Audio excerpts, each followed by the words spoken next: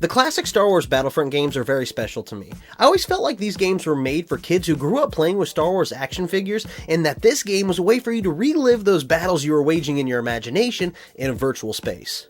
And now, 20 years after the original release of the classic Star Wars Battlefront 2, is this classic Star Wars game still worth your time? So happy Star Wars Day, everybody, or at least I'm filming this on May the 4th. The video will be going up after the fact, but either way, Star Wars Battlefront 2 came out 20 years ago this year, and I find that so hard to believe because I remember even now just how hyped I was for this game when it originally released, so I thought it'd be fun to make a video going into whether or not I think it's worth your time now, 20 years after its original release. So guys, call to action. If you find yourself liking the video, be sure to drop a like on it, and if you haven't subscribed yet, what are you doing? I make fun new videos like this all the time, so be sure to subscribe so you don't miss any future videos. But guys, let's dive in. So when it comes to Star Wars Battlefront, one of the aspects that makes it stand out from other Star Wars games at the time is that for the most part, you aren't playing as the hero, as opposed to delivering a Jedi and Sith power fantasy. Star Wars Battlefront instead puts you in the boots of a frontline soldier throughout the most iconic battles in a galaxy far, far away. And though occasionally you do get that Jedi power fantasy, and it's awesome, for the most part, Battlefront places its focus on what it's like to be those guys in the trenches, or the guys driving the walkers, or that guy getting blown up in the background. Yep, that's me. You're probably wondering how I ended up in this situation. This unique perspective of being a frontline soldier in a huge open-ended Star Wars battlefield was completely new and fresh, and it made Star Wars Battlefront 2 the highest-selling Star Wars game of all time. Though I do have to admit the original Star Wars Battlefront did have a few elements that I loved that were abandoned in the sequel. Some small, like being able to go prone, and others large, like having flying vehicles during the ground battles. Certain battles, like the one on Geonosis, are characterized by having both large-scale ground vehicle combat and gunship support. And I always thought it was kind of cool how you could just ride in the back of an LAAT as it transports you to the front line, or just crashes and kills everyone aboard. I don't know, man, this AI is wild. Actually having the gunships on the map made the battle feel more like the films, and it's hard to imagine the battle without them, kind of like it's hard to imagine the Battle of Hoth without the airspeeders. And I also loved in the original Battlefront that if you're playing in first person, they actually created unique cockpits for every single vehicle in the game, which in the end may not be the best strategic choice, but it went a long way at immersing the player in these epic Star Wars battles, and it shows that some design choices were made simply for fun as opposed to being super balanced. But the original Star Wars Battlefront was just the beginning, a prototype that would serve as a proof of concept for what was to come. A sequel was on the horizon that would aim to take everything that worked in the original game and make it bigger and better in ways that players couldn't even imagine. Actual space battles that put you onto the deck of a capital ship where you could jump into the cockpit of a starfighter and not only dogfight in large-scale fleet battles, but actually fly your ship into the enemy's hangar and invade their capital ship to destroy its internal systems. That sounded like a made-up fantasy game at the time in 2005, and in some ways still kinda does now in 2025. But Star Wars Battlefront 2 delivered, and not just on that, but also by adding playable heroes to the Battlefront, adding to the player fantasy of leading the armies of the Clone Wars or the Galactic Civil War from the front lines as a Jedi or a Sith.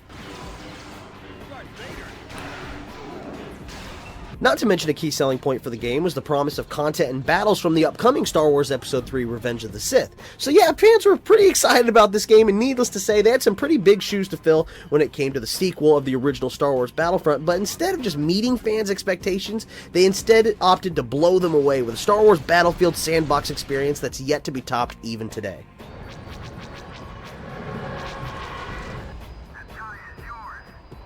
Another key difference between Star Wars Battlefront 1 and Star Wars Battlefront 2 was the inclusion of an actual single-player campaign.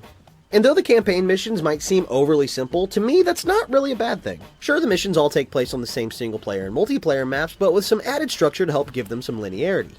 But some of these small changes do help make the missions feel more unique. Like actually seeing physical gunships on the map providing fire support for your team is something you wouldn't normally see, or other scripted moments like being ambushed by droidekas when you enter a certain room, or more epic moments like during the surprise ambush on Utapau that leads to a hero showdown with General Grievous. In the end, these missions feel like a roller coaster tour of these instant action maps with the added spice of scripted moments that wouldn't appear in any other game mode. The story of the Star Wars Battlefront 2 campaign is also fairly serviceable, focusing on the trials of the troopers of the 501st as they fight their way through the battlefields of the Clone Wars through to their dominion as stormtroopers of the Galactic Empire. And though the most interesting bits of the story are given through cutscenes that bookend each mission, it's still very intriguing to have a Star Wars campaign that not only focuses on the bad guys, but also lightly delves into the horrors of war. All that breeding, all those years of training, it doesn't really prepare you for all the screaming or the blood, does it? Frankly, I'm still amazed we ever made it through the first hour. Never mind the first day. But by far, one of the coolest elements of the Star Wars Battlefront 2 campaign is that it's the only game that I know of that lets you play through Order 66 as the bad guys. This mission in the Jedi Temple is definitely one of the best in the entire game, even though those damn Jedi can seemingly block your shots for forever. It's a truly unique mission that has always made me wonder why in Dex's ass crack have we never gotten an Order 66 multiplayer mode. I mean, seriously, one team plays as a group of clone troopers going around blasting Jedi kids, and the other is playing as a no-name Jedi trying to survive. It's a great idea! And if you kill the Jedi, you then become the Jedi, and it'll play like a badass version of Halo's Juggernaut, and it would be awesome. And goddamn, I wasn't kidding about their blocking. And speaking of fun modes that are fun to play with your friends, Star Wars Battlefront 2 also shipped with some awesome new game modes that weren't in the original. Modes like Hunt that let you play as an alien species native to whatever planet you're playing on as they fight whoever.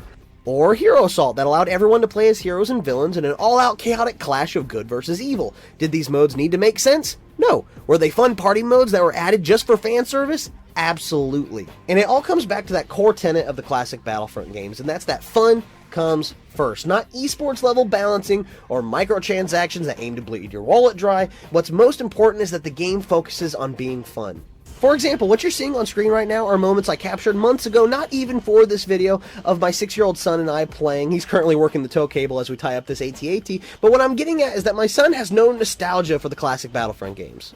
He chooses to play them because they're undeniably fun, and trust me, he plays a lot of Star Wars games, but these are the ones he always returns to. And I believe that's because 20 years ago we received what I believe is the best sandbox Star Wars game ever made.